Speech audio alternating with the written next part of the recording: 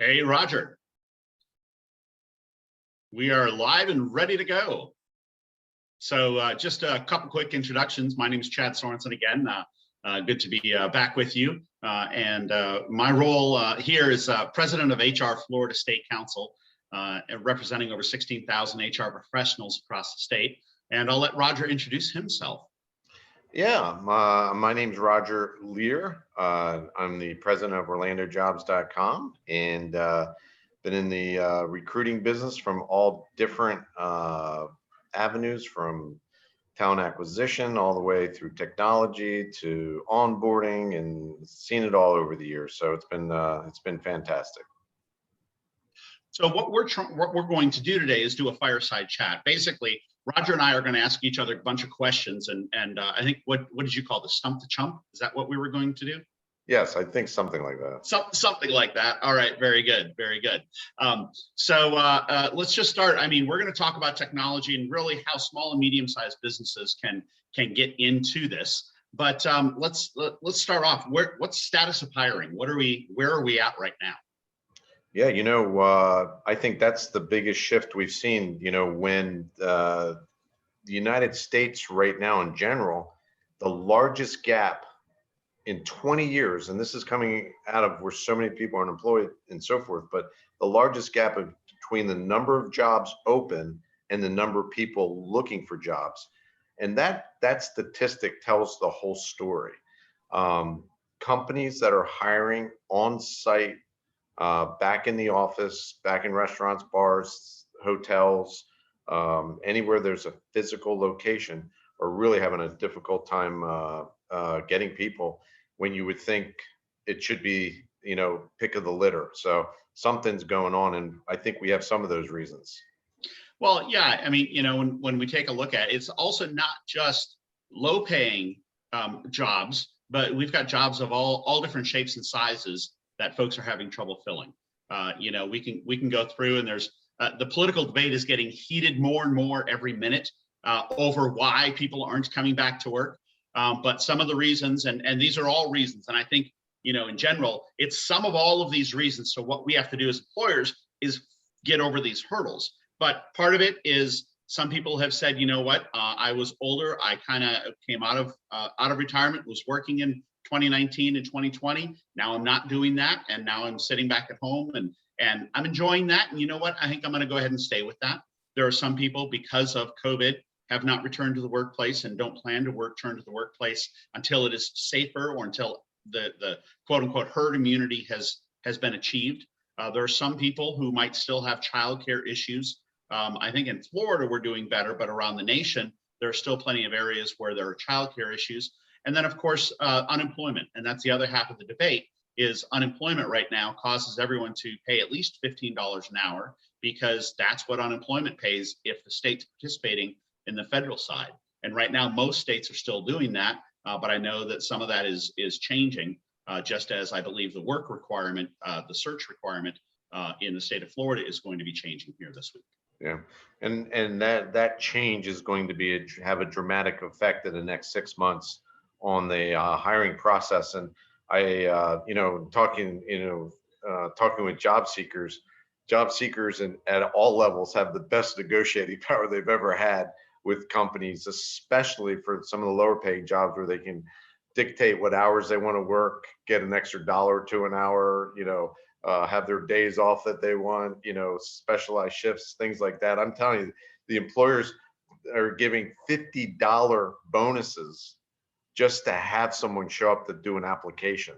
Well, and that's what HD had in her presentation was, that, and $50 a week, thanks for showing up bonuses, and $100 every time that, you're there for another year, and throwing money left and right. So we understand there's this issue, there's this problem that we have in terms of getting candidates. So we know that there are people out there. We know that there are people out there who do want to work, and it's a skills gap or whatever it is. So tell me a little bit, what are some of those top things that small and medium-sized businesses should be doing right now to attract candidates, and how can they use the technology side of things? Yeah, well, the number one thing they can do is figure out the job each job that they have in a company is different from others. And each one literally requires, in certain cases, its own recruiting strategy. And you have to look at what is happening out there. Wait, you mean one size doesn't fit all? No, it really doesn't. But the one thing is every company, and we'll talk about messaging and what you want to get out and so forth. But once you identify what your message is to get to the job seeker, how easy do you make it for the job seeker to apply to that job? Now, the different ways of recruiting, there's obviously the go-to is immediately put it on a job board. That's the easy one, right? And believe it or not, that works. There's nothing wrong with that. Where you send them when they hit the apply button, that's where the challenge sometimes comes in, as well as getting candidates that may not interpret your job description properly. There's a thing there, but what else can you do? Well, we always call it supersizing that job description, and targeted digital media is exceptionally important. And we've already heard a lot about the video ads and things like that. But a lot of, the challenge for small and medium-sized businesses, very simply, is where does this content come from? Where's the creation of this content? How is it pushed out? How is it analyzed? And that's where it stops. Posting it on your company website page or your Facebook page your posting isn't going to really get you to where the chosen land if you should have candidates. Well, that only works if everyone already knows about your company and you have a reputation and people are seeking you out to be able to find that job. And that's why it's so important that we really focus on how do we get that message out to other people? And I think that's where a lot of small and medium-sized businesses suffer, is because the big names in town are the ones who always get the candidates, but that's because people know them. So what can a company do to go above that and raise themselves up above the fray, so they'll stand out and people will recognize them? Yeah, it's a great question. And if you take, for instance, our company has been tasked, along with a company called Employment Technologies, to hire 420 people for the state of Florida in 90 days. And we have 4 different types of positions there. And each of those positions that we're recruiting for have required a tremendous amount of messaging. And what we've had to do with certain ones, we went to an ad agency to get the Instagram stories written beautifully, so they're very easy to use. And then when they clicked on, it would say, hey, come work for the state of Florida customer service rep position. When anybody clicked on it, it would go to a quick landing page. And all that landing page required them to do, the only thing was, give us your name and your number and your email. And hey, if you have a resume, please attach it. But if you don't, that's fine too, because we knew most people cannot connect a resume yet to a form because it's not on their phone, and I know it sounds very silly, but through that, we've received well over 5,000 or 6,000 resumes in the last, well, we're 75 days into this thing, and we're at about 320 hires so far. So it's been a crazy time, but that whole recruitment process this is a story in itself, but for a small business, which we are, to be able to broadcast that out, mm-hmm. and develop the social, the digital, the job board, the programmatic ad buys, and you're going to learn about programmatic later today from Terry. But I'm telling you, there's so many ways to take a small business, not for a gazillion dollars, and get their job in front of many people. Absolutely. And I think that's one of those things that, I do a lot of consulting with small and mid-sized businesses. And if they have an HR person, it's a person, and that person's responsible for not only the recruiting and the messaging and and everything else, but they're also responsible for the onboarding, the benefits, the current employees, the ones they want out the door, the ones they don't want out the door, they're trying to save. So this one person is responsible for all of that. So I think part of what they need to do is either, you talked about making it simple. There doesn't have to be this huge in-depth program in terms of filling out an application and you've got all these forms and you have to do all this coding behind the scenes. It can be a simple, it can be a Google Docs they land on, or it can be a Survey Monkey where it asks just a few questions and you can get that data. And I'm sure that, that setup can take as little as an hour to be able to do that. And you create the link and say, apply here, and you have the link going to that document just to start that process and get that information. Yeah, and very important. And it's so ironic that this applicant tracking system for more of the medium-sized companies gets in the way of so many great people getting jobs.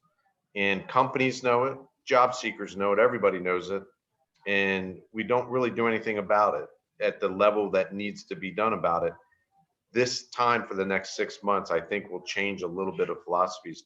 One of the things, and just going back to the state project, the application for the state of Florida is a very long application.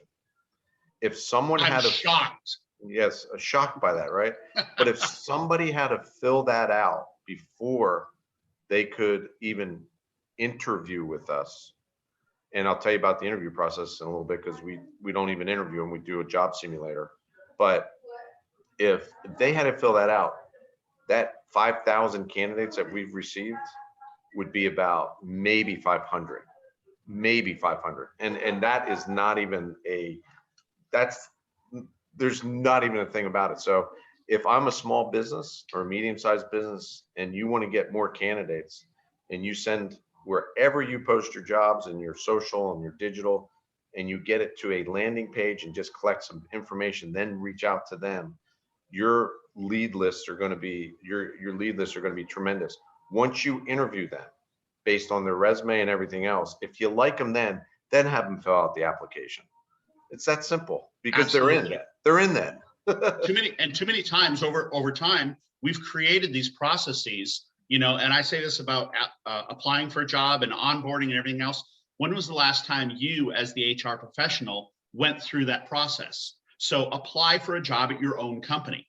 Go through all the steps. How many steps does it take? How quickly are you there? Are there any points where you get frustrated? Because it's just like, when you're walking into a retail store, if the door sticks when you're trying to go in, if there's a funny smell in there, everything is a drop in the bucket against you.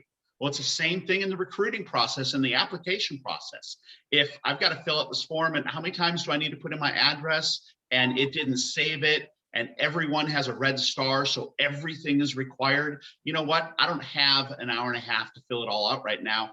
I'll go apply at McDonald's, because they're paying me $50 just to apply. Yeah. Is it McDonald's? Good. Yeah, it was McDonald's. I'm going to stop by there at lunch today. Not all of them. Do they give you the $50 even if you're not going to take the job? I like that. So that's good. Good stuff. Yeah. So this process that you did, how can it sounds pretty involved when you're getting this messaging together. You've got an Instagram message, and you went through an ad agency to be able to do that, and you've got a landing page, and then you've got a job simulator. I want you to tell me about that in a minute. But how can a small business, a one person, the HR department of one, navigate that? And should they do it on their own? Who could they partner with? Yeah, you know what? And that's the challenge, right? The challenge is the investment is to get somebody that can take the idea of the recruiting, whatever it is that you're recruiting for, and take a look at that. For instance, we're doing hearing attorneys for the state of Florida as well. And we put together a whole social program based on that. So if your company's hiring an attorney, what does an Instagram and a Facebook and those types of posts look like, and design? And that's where you're going to spend some money, because there's no way around doing it poorly. And I don't, you always hear the old, Well, get somebody that's, you know, young and you know, they know Facebook and Instagram inside and out. Yeah, they may, but they don't know that there's a way to uh, visualize an ad for an attorney or a customer service person or a lifeguard or a, you know, every single one is different. But there's nothing more powerful than scrolling, as you all do on your Facebook and Instagram, and that ad pop up. And if you're one of those individuals, you're going to click on it. And so that expense to get that done is the only one that I see being a big deal. Like you said, when they click on it, it could go to a Google Forms. It could go to a landing page. If you send emails out, most email programs have landing pages built into them where you can just build a landing page like MailChimp and Constant Contact and things like that. It can be that simple. It can be a Google Doc, but capturing that information is so powerful. But you can't do it with unless you have somebody that's just outstanding at graphic design and the message. And the message has to be so simple, you know, and so forth.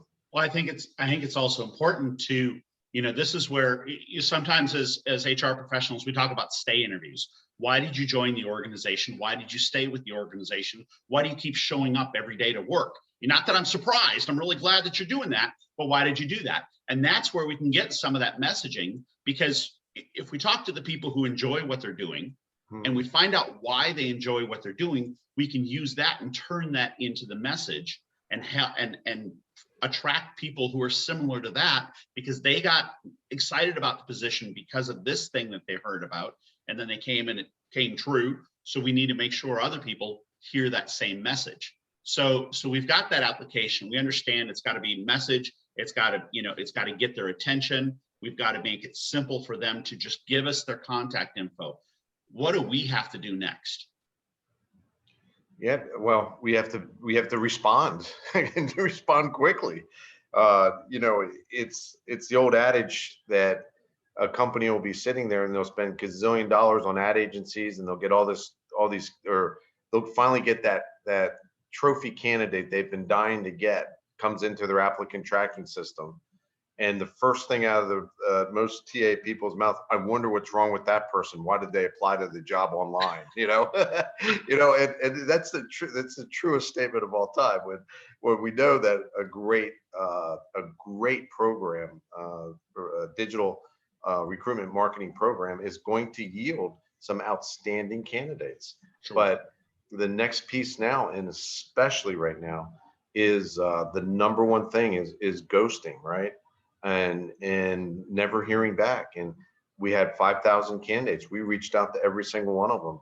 We probably got in touch with maybe 2,100 of them, you know, where we've had a conversation and got them into the application process. That's a 60% ghosting rate. Right. But it would be, but a 60% of 5,000 is better than a 60% of 1,000, right? Oh, absolutely. And the only reason we had 5,000 is because we didn't make them, you know, go to SeaWorld and jump through, you know, dolphins going through hoops and stuff like that. You know, it is so simple to apply, you know, and so forth. And so, but that acting on it very, very quickly and with a competitive advantage of, hey, here's what we're doing. Going back to the state project, what we did, we didn't even have to really qualify them because we have a simulator through Employment Technologies, who are our partner, and we give them a link, and that's their interview. The first part of it's keystrokes and looking information up and doing different things. There's a different simulator for each job, but they all were about the same. Some of that information, they got a video about what they would be doing at the job, exactly what they'd be doing. And then they were able to do 5 interview questions, and they could do them any way they wanted to, whether cell phone or whatever. And then as soon as that's done, that's sent to the hiring manager, and the hiring manager clicks on yes or no. That's it. And if they say yes, then they're hired. And then they go through the background, and then they go through the application process. Okay, so it sounds like that's pretty complicated. You know, could be expensive because you know, we've got all these candidates we're trying to run through there. What are some tips that we can give to small businesses or medium-sized businesses How can we use part of that, or what are some of those other tools that might be out there that, they may not be free, but when you take a look at a cost per hire and you take a look at the cost per candidate, it's not really that expensive. It might add, $50 or $100 per candidate as we're bringing on board. How can we pre-qualify, or how can we do some of those things using technology? Yeah, the funny thing is the technology to get them to that point is the more important technology, right? Mhm. Because you would never have that opportunity. And that's where somewhere along the line, the human and the human resource thing takes place, right? And I think that's the number one technology there possibly is. But the technology that really works, quite honestly, is texting and getting a confirmed interview. And that can be through there's awesome organizations like Text Recruit and so forth, and companies like that and it could already be built into your applicant tracking system and you don't even know it. That will do the text. They'll send the scheduler out so the person can schedule the interview automatically and set it up like that. So, but is there any magic bullet there? If there is, I haven't necessarily seen it. Well, come on, Roger, what's going on? No, so we get this here. We get applicants coming in. We're going through the process. How important are metrics in deciding what to do next? Well, the metrics are everything, because you get if you know where your candidates are coming from and you know what your cost is, then you know what you can seriously budget and what's working, what's not working, this, that, the other thing.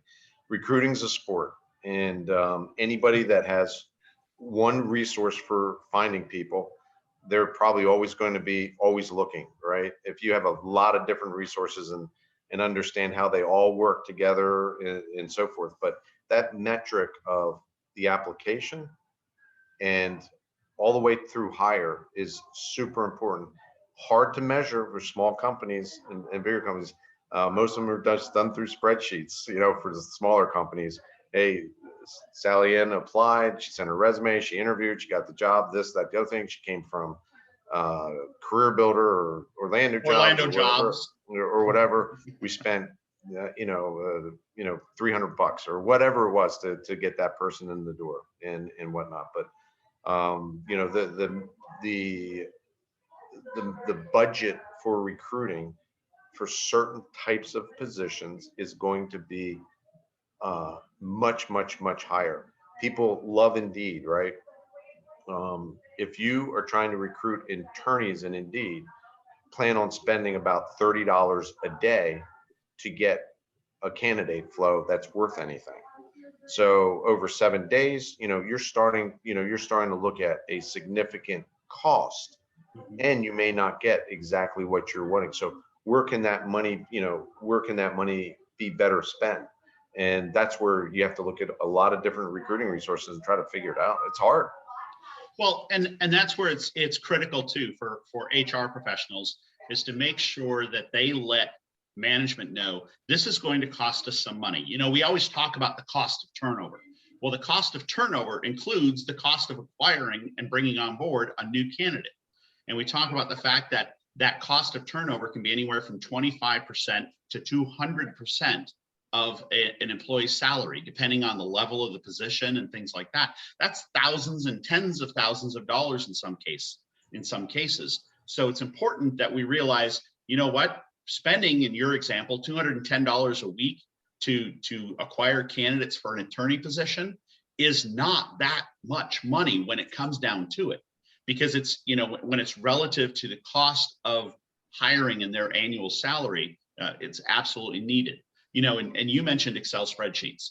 Small businesses can get away with that, and sometimes medium size, just because of the sheer number of few positions that they're hiring on a monthly or annual basis. So it's really important, when we talk about the metrics, when you're looking at where your candidates come from, and it's not just the employees you hire, but it's also every application that comes in. What source did you get? Where did it come from? Was it LinkedIn, where it was just put on there, or other social media, Facebook or Twitter or Instagram? where we just talked about the job. So one of those questions on that Google form is, how did you hear about us? Unless you have a different Google form for each piece of social media or every advertising source where they're coming in. But making sure that you understand, where did it come from? How much money did I spend on additional ads, or am I on the premium version of LinkedIn so I can be posting these jobs? So how much did it cost to be able to do that? What was the quality of the candidate? You know, are the candidates that I'm getting from Indeed, does it feel more like it's Craigslist candidates that are coming in? You know, and because there's some people who say, well, I post on Craigslist because it's free. I said, okay, great. Now let's go ahead and take a look at the quality of the candidate you're getting when you post only on Craigslist.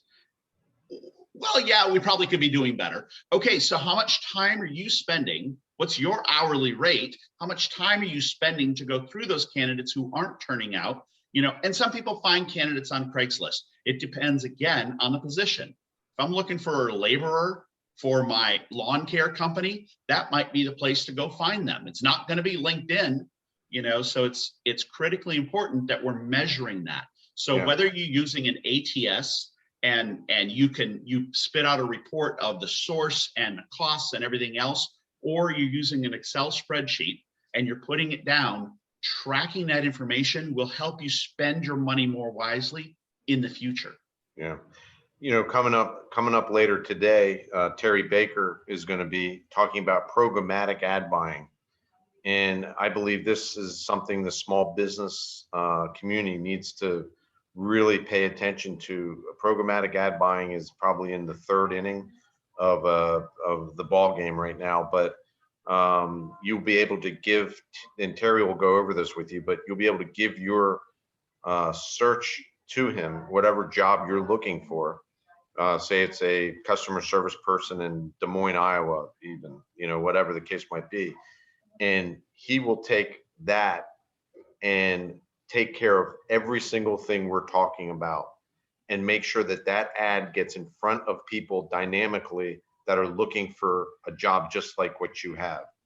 And there's a cost to do it, and it's a cost per application, I think, and he'll go over all that stuff with you. But that is a very powerful way for small businesses, also programmatic ad buying, to really make a dent in finding candidates that a guy like Terry, which has resources out there, you know, where they're going to serve that ad, they're going to create that ad, they're going to get that application process back to you and give you everything we were just talking about, every single metric you could ever want under the sun. So pretty cool stuff. And you know, and when we're looking at measuring too, we also need to measure the quality of the interviews when they come in. And frankly, from an HR perspective, we need to measure the quality of the interviewers as well, the hiring managers. Do we need additional training for some of those hiring managers? HD posted on the recruiting is a team sport. It takes everyone to be able to do that. And it's not only the HR person or the recruiter who's doing that, and in small and mid-sized businesses, it's the recruiter and the HR person and the controller, and it's all one person. But it also takes the hiring manager. Frankly, it takes the employees who currently work there. So let's talk about company culture. We have to make sure we have the right culture in our organization, because word of mouth spreads like wildfire in terms of, man, I love working at this company, or, oh man, I got to go back to the job and go work for my boss again, you know, and that type of attitude says, wow, I really don't want to work there. How would you, like you said, that's when that talent, the recruiter says, wow, they really applied here. Yeah. How would you, with a company out there and companies that have gone through COVID that really did hit a downturn where they haven't been visible and so forth, and may have had some issues going before COVID, but are still surviving, but need employees now. What would they do to change their message? How could they do that? Well, I think one, you know, there's a few different ways, and there's some with technology that we can really use to be able to do that. I go back to those stay interviews. I go back to the people who are working there.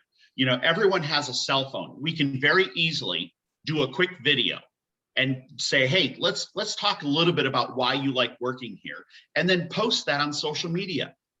and create a campaign around that of why people are excited about working where they do work, and get them excited about it, because it's short video. I mean, don't do a 3 or 4 minute video. That's forever in social media time. It's a 20-second hit. It's something that goes up there. I mean, you see a 30-second video and you're like, wait a minute, why is it so long? It's like the microwave. 3 minutes to cook my meal. Come on, can I do this faster? We want this faster, bigger, faster, more speed in everything that we do. So for those companies that are out there that have been struggling, you change the tune completely.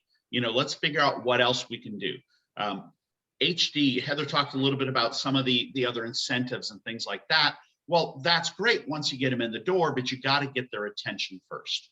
And it's through, we've talked a lot about social media, but that's one of the big ways to get people's attention, because they're there scrolling all the time and they see something. And when an ad pops up, great. By the way, if you have a video, make sure there's closed captioning on there, because when you're scrolling through video on Facebook and things like that, it doesn't always come on unless you had your audio on something else. So then your message comes across in closed captioning down below, and now you can go ahead and capture their attention that way as well. So there are a bunch of different things that we can do with that technology, and that's just one of them. Looking at other sources too. When I'm dealing with someone who says, I'm stuck, I don't know where else to go, I don't know what else to do, because sometimes they say I can't find any candidates. Sometimes they say I can't find the candidate that I need because they don't have the skills. All right, so if you're at this point where you're beating your head against a wall because you can't find anything, you're trying to get water out of a rock, none of it's happening, and you can't do that, you have to take a different approach. And sometimes that approach can say, all right, I'm going to focus more on the attitude and less on the skill. I mean, if I need to hire a medical assistant, I want some sort of medical background, please. An operating nurse, I want someone who has that background, thank you. But if it's someone else, what training program can I now institute in my company? And how can I put that out there? Saying, this is the type of person we're looking for, and this is what we want to be able to do. I've got a client that is a roofer, and they're looking for salespeople. They don't want people who've sold roofs before, because they have a preconceived notion about what they need to do and how they need to do it. And I've done that before, I know how to do it, you don't have to train me in anything. No, they want to train you in how they do that. So they're going to bring in people with the right attitude, who like being outdoors, who like talking to people, and who like being able to set their own schedule. As they've modified what they're doing and using all these different tools and sources and ways to find people, they've really focused on the training program that will train these folks on how to go out there and be successful. And they've had some very successful people going out there. So their model was, I don't want that skill set. Yeah.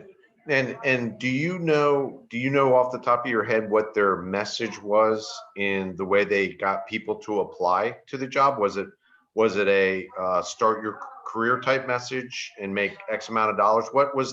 Why would I apply to that job if I'm just in that case, it was more of, do you like working outdoors? Do you like being able to set your own schedule within reason? I think they even put that in parentheses afterward.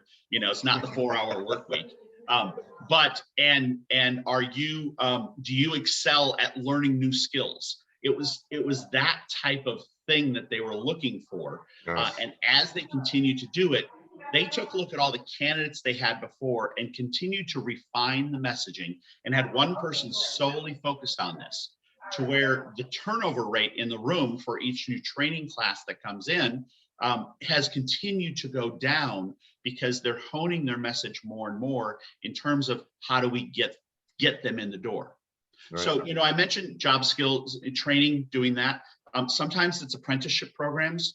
If you've got a lot of people you need to bring into a position and you don't have anything set up for that, then an apprenticeship program, partnering up with a school, with a community college or with a university, or other program where you can develop this apprenticeship program, that will help get people trained into your program. So that way you have your pipeline. We haven't used that word yet during this session, but that pipeline of candidates needs to grow.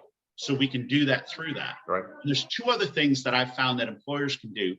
One is look at a different type of candidate. Some people call it second chance hiring. There's a program out there called Getting Talent Back to Work. It's taking a look at people who are formerly incarcerated, convicted felons who've served their time, who've come out. And you put an emphasis on that type of candidate because you're not going to find a more loyal candidate than someone you gave a second chance to go out there and make a living and earn that money. And there's a website, gettingtalentbacktowork.org, that will tell you how you can do that safely, what to look for, and how to evaluate it. And the last one is partnering with organizations, whether it's something like a career source, where it's a state job assistance program. It might be veterans organizations that are in the state, or organizations like ESGR, one of the sponsors for today. Employer support of the Guard and Reserve. Any of those type of organizations are always looking to partner with companies, and they're going to help bring in this pipeline. So when you're keeping track of this and you're keeping those metrics, and whether it's on an ATS or an Excel spreadsheet, include those on there as well. You might find out that an organization like ESGR, or focusing on getting talent back to work and community programs that help the transition from being in prison to being in the workforce, those might be your best candidates. Yep. And great advice. And I work very closely with the Camaraderie Foundation here, and the talent level that's in there is just off the charts. And they come back from their service and they feel lost when they get back here because of why is, and again, this isn't a let's beat up applicant tracking systems, but a lot of times that's where the ball stops. They apply, but they never hear anything back because the two things never mirror each other. I think also one of the biggest changes that we're seeing is also for small and medium-sized business and recruiting is the companies that are getting rid of these 10-page job descriptions and redoing the job to the job that it actually is are getting many more candidates, because the candidate doesn't have to make as huge a decision to see if the degree is required or the job is 10 different things, and when it's really only 2 of those things, but somewhere along the line someone touched the other things in that job. Redoing job descriptions should be the motto in 2021, and to grab this post-COVID person, right? Think about all these great people that have lost their jobs, that have retooled their skill sets, that are ready to come work for you, but may not have that experience, but have spent the time training to come work for you. But there's no connection because of all the things that prevent them from getting there. And believe it or not, we're talking about technology, and sometimes it's the technology. I can get them there, but it's the technology that prevents them from getting to you, right? And then also on the employer side, having the manpower to have a process when these folks come in the door to immediately get out and grab them, because that's what it's going to take. It's you can't sit around and wait. Be decisive. Absolutely. I mean, that engagement has to start there. I always love talking to a group of HR professionals and say, so when does the recruiting process start? The answer is well before you even have a need, because it's the reputation of the organization. And then it goes into how are you sourcing them and what's the messaging you're using to get there. And then once you get there, how are you engaging with them and getting them in for the interview? And what's that interview process, and what's their take on the company, and it just continues on and on. So, you can, this fireside chat was about technology. And we didn't go through and talk about the individual ATSs or other things like that, because I think part of this is some people really look at it and TA Tech, that's what it's about. It's about technology. You can use the best technology, you can have the best out there, but if your messaging isn't there, if you can't get noticed, it doesn't matter if you have the best technology.